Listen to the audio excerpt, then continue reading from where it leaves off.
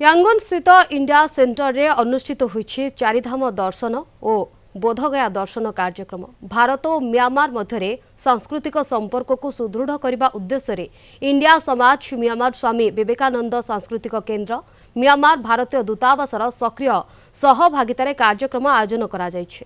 तेबे म्यांमार रे अवस्थापित भारतर राष्ट्रदूत अभय ठाकुर, श्रीलंकार राष्ट्रदूत प्रभासिनी पोनम्पेरुमा एवं इंडिया समाज म्यांमार अध्यक्ष डॉक्टर शीतल कुमार पालबाबू सहभागितार कार्यक्रम संपन्न होइथिला।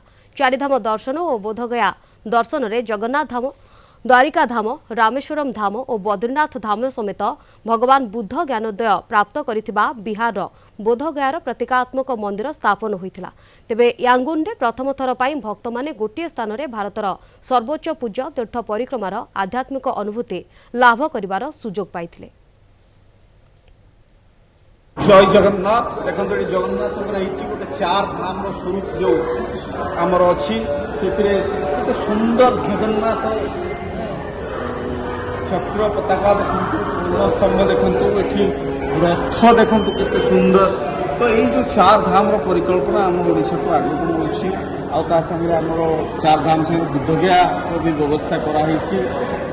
आपंकर देखो रामेश्वरम अच्छा से देखो द्वारिकाधीश अच्छा ऊपर देखो के सुंदर भाव आपणकर बद्रीनाथ धाम कराई।